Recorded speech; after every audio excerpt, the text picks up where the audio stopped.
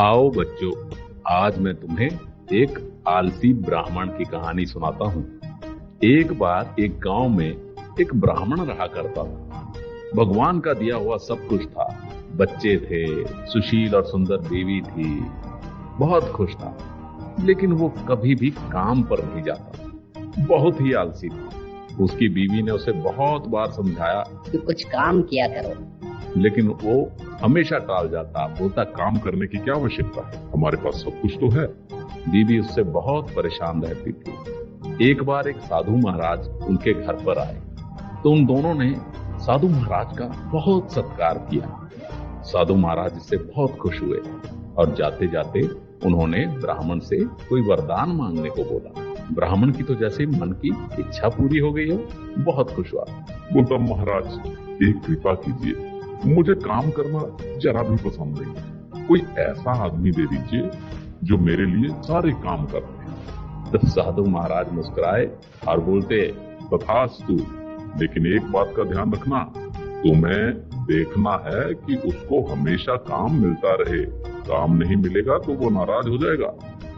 ब्राह्मण बोला, कोई बात नहीं महाराज, आप तो बस वरदान दे दीजिए। तो साधु महाराज उसे तथास्तु कहकर वहां से चले गए। साधु महाराज के जाते ही वहां पर एक बड़ा सा राक्षस नुमा जिन आ गया और वो ब्राह्मण से बोला, मालिक बताइए मेरे लिए क्या काम है। ब्राह्मण बड़ा खुश हुआ, बोला, जाओ खेत में पानी देकर आ जाओ। जिन वहां से चला गया और ब्राह्मण मन ही मन बहुत खुश हुआ। वाह, अब मुझे कोई काम करने की आवश्यकता नहीं।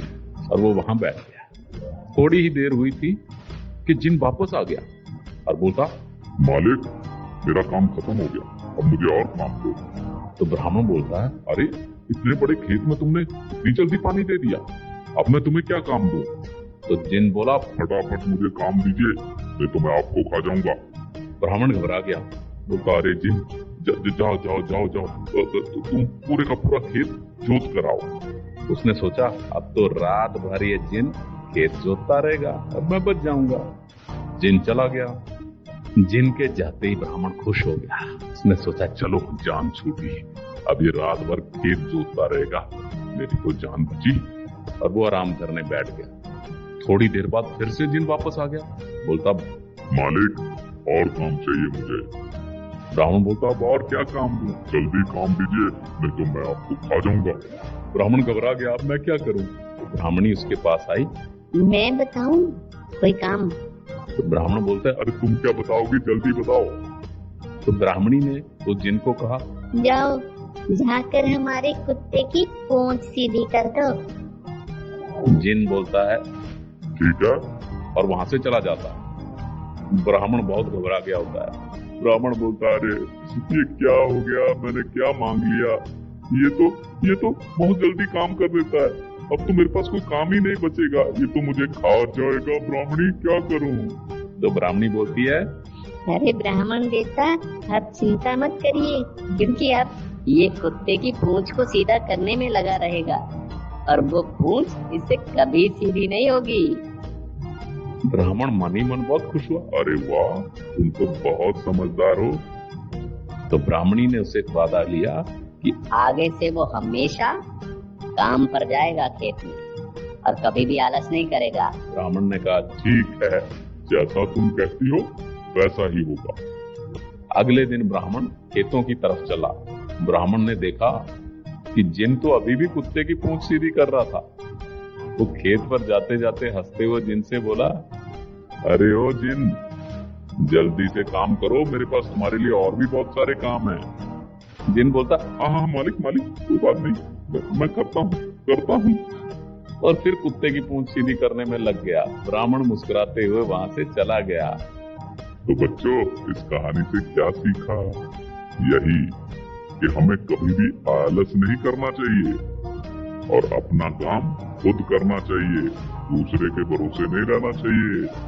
मैं तो देखा ना ब्राह्मण का क्या हाल हुआ। आओ बच्चों, आज मैं तुम्हें एक लालची कुत्ते की कहानी सुनाता हूँ। एक बार एक गांव में एक कुत्ता रहता था। वो दिन भर इधर उधर भागता ही रहता था। एक बार उसी तरह भागते भागते उसको बड़ी जोर की भूख लगी, लेकिन उसको खाने को कुछ भी नहीं मिल पा रहा था। कभी इधर जा रहा था, कभी उधर जा रहा था। भूख के मारे उसका बहुत बुरा हाल था। चलते चलते चलते अचानक उसे एक कसाई की दुकान नजर आई। वो उस दुकान के बाहर जाकर खड़ा हो गया और थोड़ी देर देखता रहा। फिर उसने देखा कि बाहर एक मांस का टुकड़ा पड़ा हुआ था। वो फटाफट भागकर वहां गया और उसने उस मांस के टुकड़े को अपने मुंह में दबोचा और वहां से भाग गया। अब वो कुत्ता चाहता था कि मैं किसी जगह जाकर शांति से उस मांस के टुकड़े को मजे ले लेकर खाऊं। तो वो इधर उधर घूमता रहा। फिर अचानक उसने देखा कि वो सामने एक छोटा सा पुल है।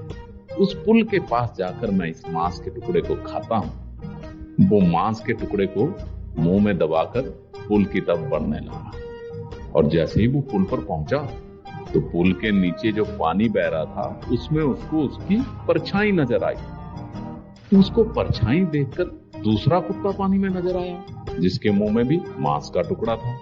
लेकिन सच्चाई तो ये थी कि वो कुत्ता अपनी ही परछाई देख रहा था, लेकिन उसको ये लग रहा था कि ये कोई दूसरा कुत्ता है जिसके पास भी मांस का टुकड़ा है। अब इस कुत्ते को लालच आ गया। उसने सोचा कि अरे ये जो मेरे पास मांस का टुकड़ा है ये तो है ही, लेकिन अगर मुझे ये मांस का टुकड़ा भी मिल जाए तो 2 टुकड़े हो जाएंगे और खाने का मजा भी दुगना हो जाएगा। ये सोचकर वो कुत्ता पहले थोड़ा सा गुर्राया। फिर उसने देखा अरे पानी के अंदर से भी गुर्राने की शक्ल दिख रही है। उसको गुस्सा आ गया और वो जोर से भौंका। उसके भौंकते ही जो उसके मुंह के अंदर मांस का टुकड़ा था वो पानी के अंदर गिर गया। क्या कर दिया? अरे जो मेरे मुंह में आया हुआ मांस का टुकड़ा था वो भी मैंने खो दिया। ये मैंने क्या कर दिया? लेकिन अब पछताने से क्या होता। कुत्ता अपना मुंह लटकाकर वापस अपने गांव की तरफ चल दिया। तो बच्चों, इससे हमें क्या सीख मिलती है? यही कि कभी लालच नहीं करना चाहिए। देखा ना कुत्ते का क्या हाल हुआ। लालच बहुत बुरी बला है। लालच से हमेशा बचना चाहिए और कभी भी लालच नहीं करना चाहिए। जो मिला है उससे संतुष्ट रहना चाहिए।